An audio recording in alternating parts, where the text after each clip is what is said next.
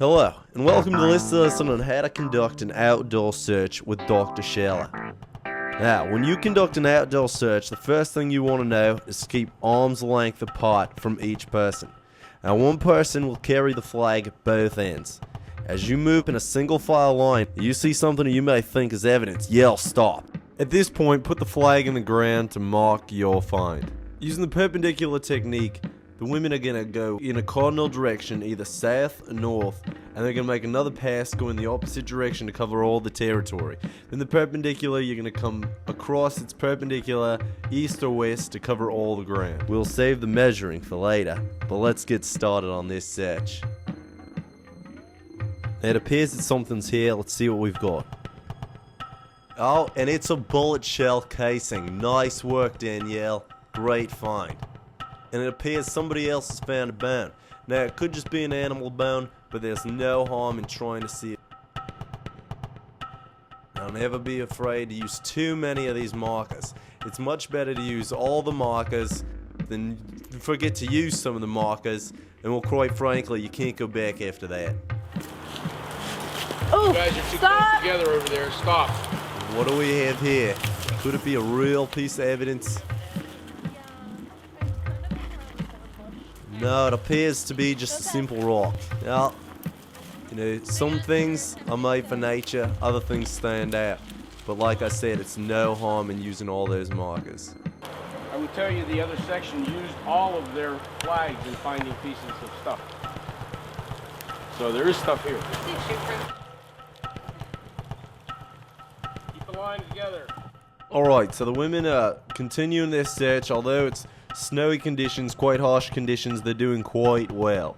Now they've gone north and then back down to cover the rest of the area south, and now they're going back across the east, continuing their search. Okay, so you guys have now searched the area. You've seen how 4 people can search a fairly good sized area, right?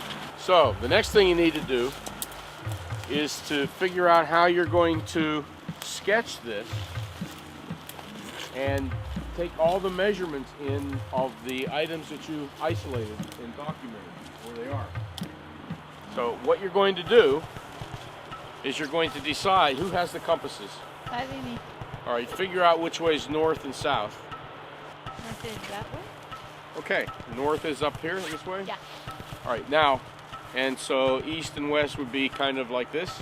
All right, so what you want to do is you want to take this scene and you want to cut it in half.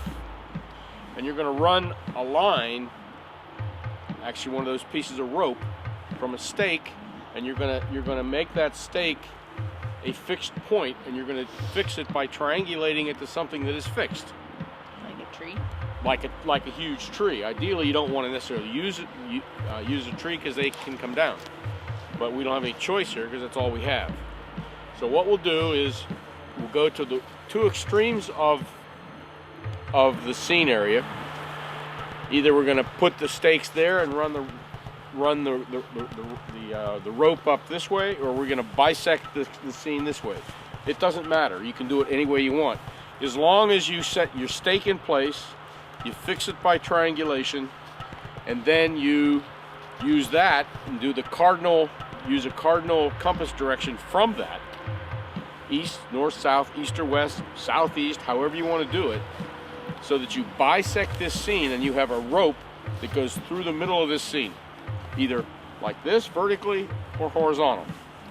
And then you're going to measure the perpendicular off of that rope to each one of these flags. And then somebody would be sketching that, and they'd be calling out the values, the distance from the flag to the rope. Do you understand? Okay, so we can use these larger stakes to hold the rope if we can get it in the ground. If not, we'll use a tree. And you guys decide whether you want your rope through the center of the scene going up and down the hill or horizontally across. It's going to be more or less diagonal if we're using cardinal directions.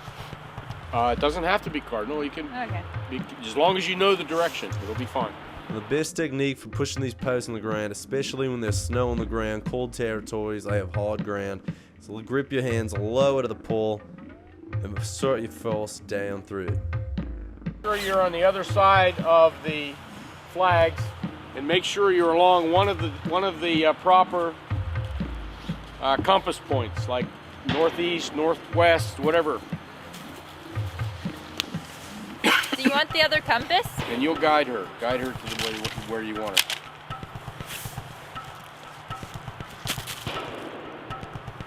We're almost along north-south lines. All right.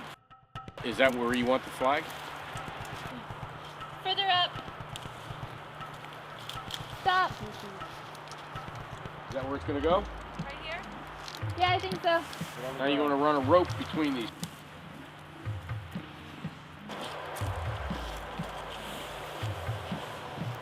Pull it tight. Okay, we need somebody who's going to hold this down here.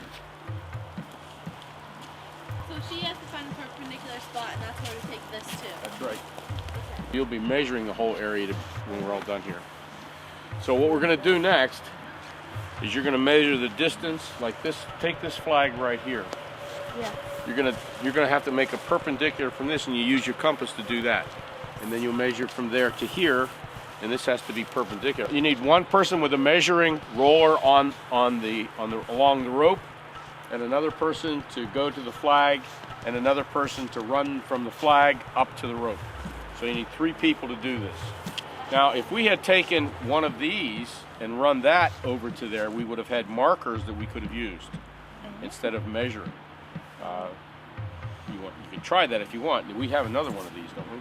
Yeah. There are different techniques, but the girls have done a great job laying out these lines, measuring the perpendiculars, going from the flags to lines, and although we experienced kind of slippery situations, the women pulled through on this one quite nice. Now here's an overview with Dr. Shaler. So what we've done is to take an outdoor scene in the woods and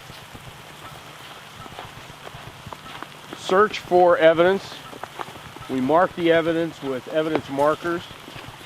We bisected the scene and then measured the relative location of each evidence marker to the bifurcation point of the scene. And then we measured the perimeter of the scene, and all this has been captured in a sketch and photographed.